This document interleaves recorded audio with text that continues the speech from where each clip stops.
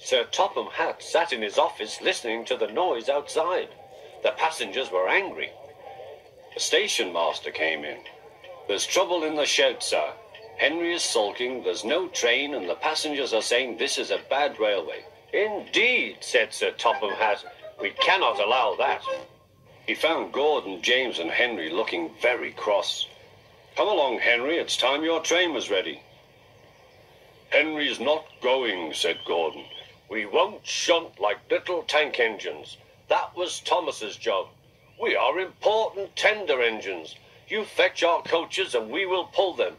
Tender engines don't shunt." "We'll see about that," said Sir Topham Hatt. "No engine on my railway is too important for small jobs." And he hurried away to find Edward. The yard has never been the same since Thomas left to run his branch line, he thought sadly. Edward was shunting. "Leave those freight cars, please, Edward," said Sir Topham Hatt. "I want you to push coaches for me in the yard." "Thank you, sir, that will be a nice change."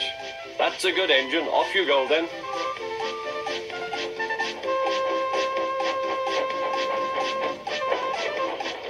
So Edward found coaches for the 3 engines, and that day the trains ran as usual.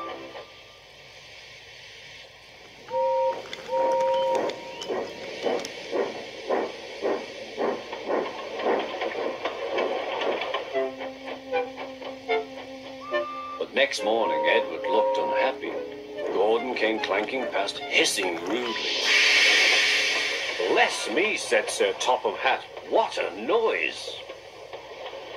"They all hiss me, sir," answered Edward.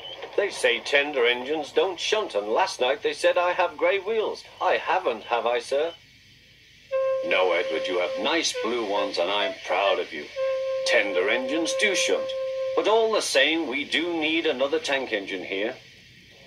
He went to a workshop, and they showed him all sorts of engines.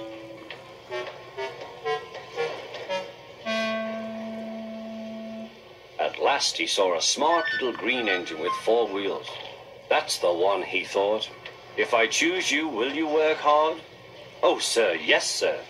"That's a good engine. I'll call you Percy." "Yes, sir. Thank you, sir," said Percy, and Sir Topham Hatt brought him back to the yard. "Edward," he called, "here's Percy. Will you show him everything?" Percy soon learned what he had to do, and they had a happy afternoon.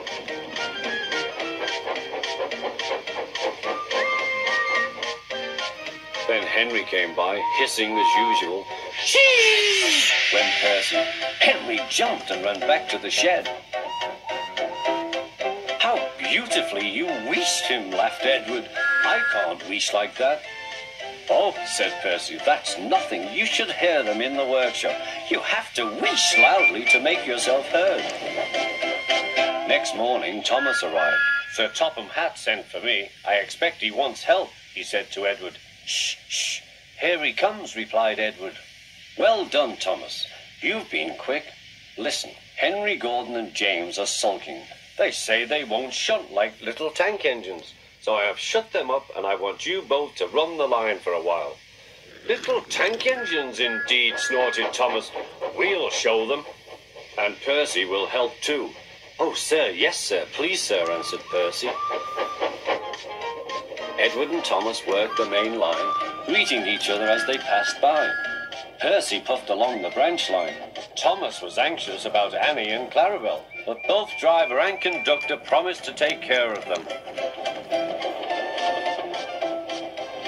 There were fewer trains, but the passengers didn't mind. They knew the 3 other engines were having a lesson.